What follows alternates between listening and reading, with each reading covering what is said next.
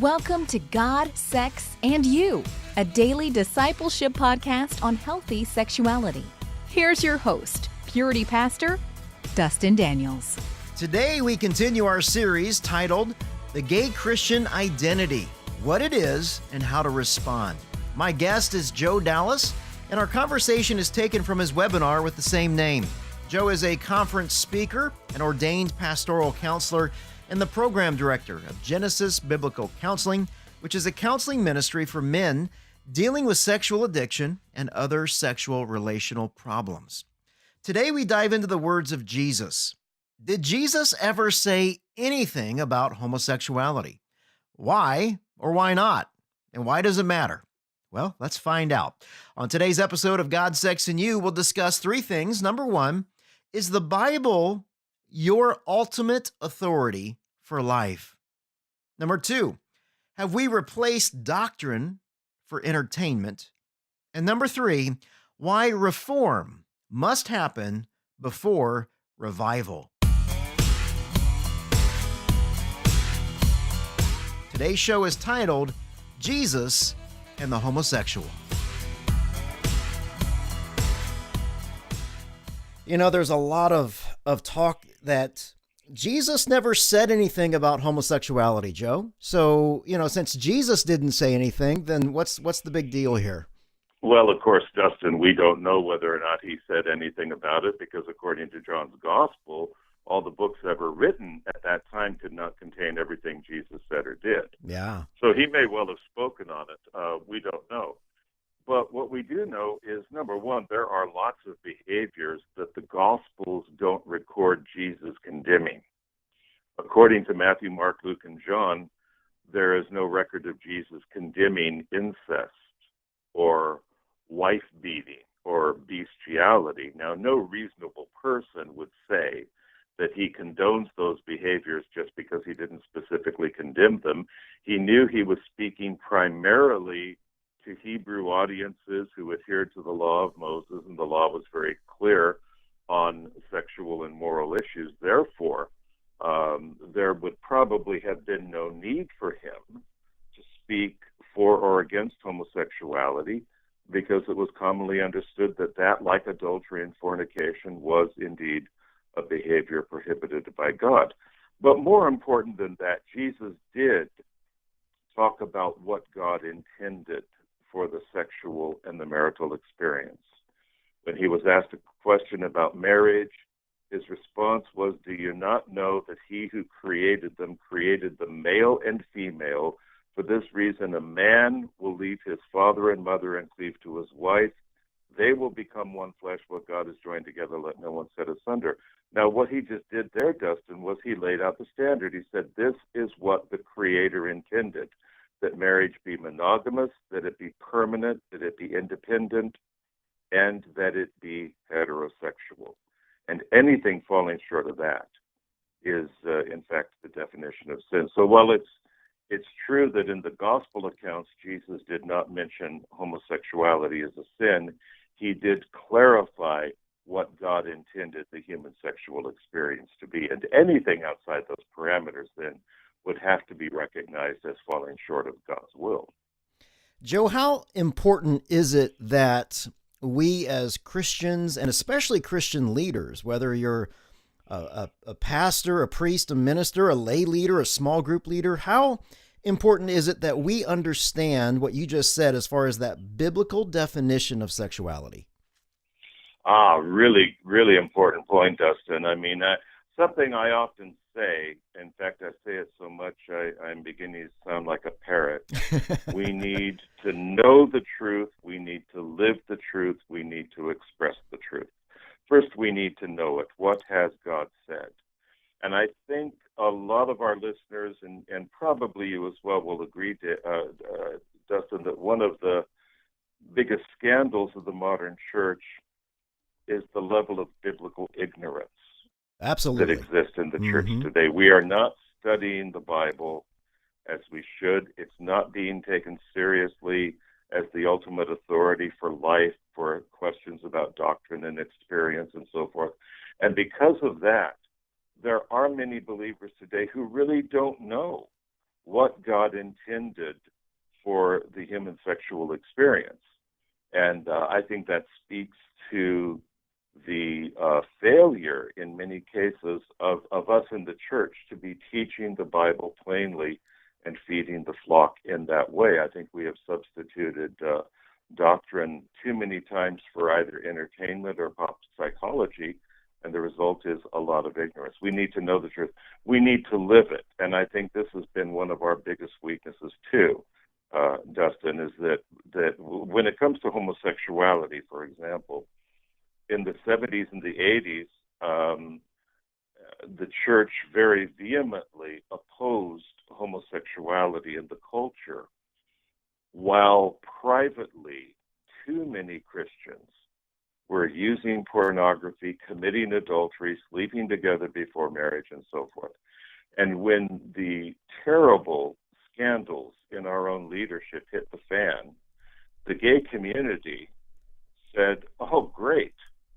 Here you are shaking your finger at us for being so sinful, and yet look at what is going on in your own ranks. Now, of course, most Christians are not guilty of those types of sins. I get that. But it does speak to the fact that we really have needed to take the log out of our own eye first. And then, yes, see clearly to point out the speck in somebody else's. So we still have a need for reform, and that's why your work is so important. You are educating the body, you're offering service to the body so that members of the body can be more conformed to what God intended. Reform, in my opinion, has to come before revival. We need a massive moral reformation in the church where we clean up our own act, where we equip believers to deal with the temptation to use pornography, the temptation to commit fornication, temptations towards homosexuality. We need to be more vibrant, more aggressive in preparing believers to deal with these things. So, Joe, let me ask you this. Why is it that church leadership is so hesitant? Everybody wants to talk about revival, right? But yeah. I love what you said. You can't have revival unless you really address the hard issues. So is this issue too hard for church leadership to discuss? That's another good question, Dustin. I don't think there's one answer that fits all people. Sure. I certainly don't think that every church leader who is hesitant to address homosexuality is just a coward. I don't think that's it at all. I'm sure there are some leaders who are simply timid and afraid, and those are the same leaders who probably would not want to take a position on abortion or on sex before marriage and so forth. I think, though, in a lot of cases, well-meaning leaders have believed their own bad press. And let me explain that, Dustin. For years now, the media, Hollywood, even the psychiatric industry have all been saying that people who object to homosexuality are bigoted, are homophobic, cause damage. And there are even Christian leaders who say, we have been so judgmental about this. We have been so harsh and unloving that we probably shouldn't say anything. And I think that a lot of pastors are influenced by that into thinking, hey, the way to show love to a homosexual person is to pretend that homosexuality is okay with God. Now, let me be real quick to say this, Dustin. I hope we welcome everyone into our churches. Gays, lesbians, transgender, Amen. Whatever, guys who cheat on their tax returns. I mean, we've got plenty of room for sinners in our churches, yes, so we let's do. get them in. Mm-hmm. There's no reason we shouldn't treat everyone with respect and affection and love them and serve them. So I'm not at all saying that if you know somebody who's gay or lesbian, you have a mandate to say to them, do you know that Leviticus condemns this? No, of course not. Right. The primary issue should be the gospel. We want people to be born again. And then, of course, as people are inquiring about what God would require of them, yes, we would have to point out we all have to take up our cross. We all have to say no to things that seem natural to us. With you, it may be a homosexuality. With me, it may be a bad temper or my big mouth, but sin is sin. We all have to reckon with it.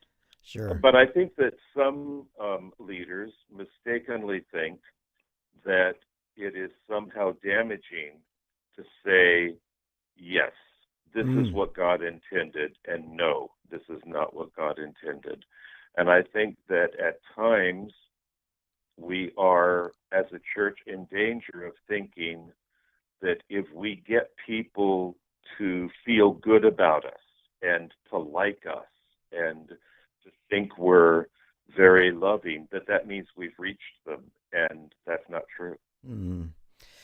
We may be getting along better with people, and I'm all for that. But unless people are converted either from death to life and born again, or converted from error to truth, then I wouldn't say we've reached them.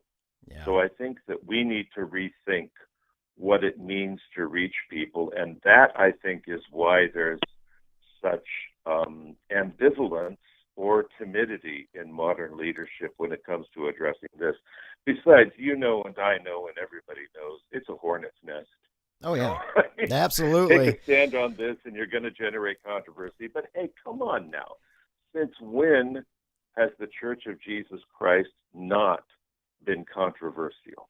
Yeah, if we're not being controversial, we're doing something wrong. That's for sure. That's my point. I mean, what was the church in the book of Acts if not controversial? Yeah, for no heaven's kidding. sake. It's Yeah. not that we're trying to make trouble. We're not. That's so true.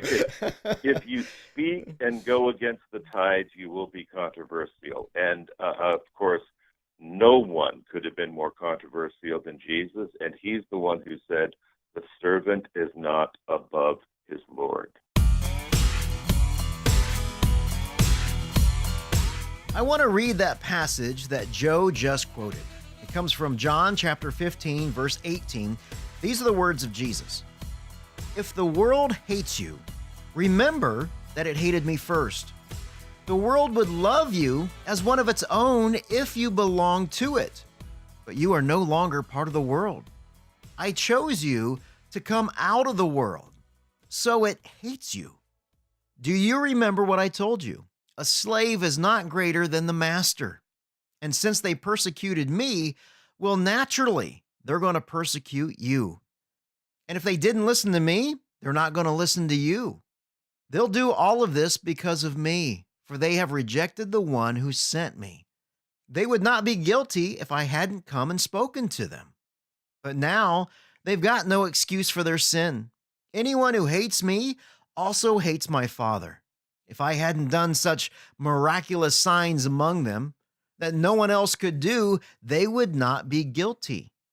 But as it is, they have seen everything that I did, yet they still hate me and my Father.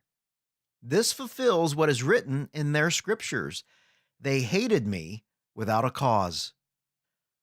Let's remember, friend, that Jesus was murdered because he didn't just speak the truth. He is truth. And if you take a stand for biblical sexuality and traditional marriage, the world will hate you. You can bank on that, but remember the words of Jesus. Since they persecuted me, well, naturally, they will persecute you. Well, I would encourage you to visit joedallas.com and sign up for that webinar coming up on Saturday, February the 3rd. It's from his series, The Gay Christian Identity, What It Is and How to Respond. This Saturday, he'll be discussing marriages that have been damaged by sexual sin. And tomorrow, we'll continue our conversation with Joe Dallas, and we're going to ask the question, one of several, my child just told me that they're gay. Now what? Thank you so much for listening to God, Sex, and You. I wanted to let you know, starting in March, you will be able to ask me questions with some online weekly groups. I'm going to be talking about my new book, The Sex Spiral, Forgiven and Free from Pornography, and I've developed an online course and some weekly groups around that material. So if you're not involved in a weekly group, you have no one to talk to, or you just want to learn this information, or maybe you just want to ask me some questions personally, jump on the website, dustindaniels.org. get signed up, and I'll see you online. Lastly, if you have a question or comment about today's episode, you can join the conversation at dustindaniels.org. You can follow me on Twitter and Facebook at Purity Pastor. You can also rate the show. I sure would appreciate if you would do that. And if something stuck out today with the conversation that we had with Joe Dallas, go ahead and share this episode with a friend, maybe your pastor, your priest, your minister, or your small group leader. Jesus said in Matthew 5:8, "Blessed are the pure in heart, for they shall see God." Walk worthy today, my friend, as you cling to Jesus. I love you and look forward to our time again tomorrow.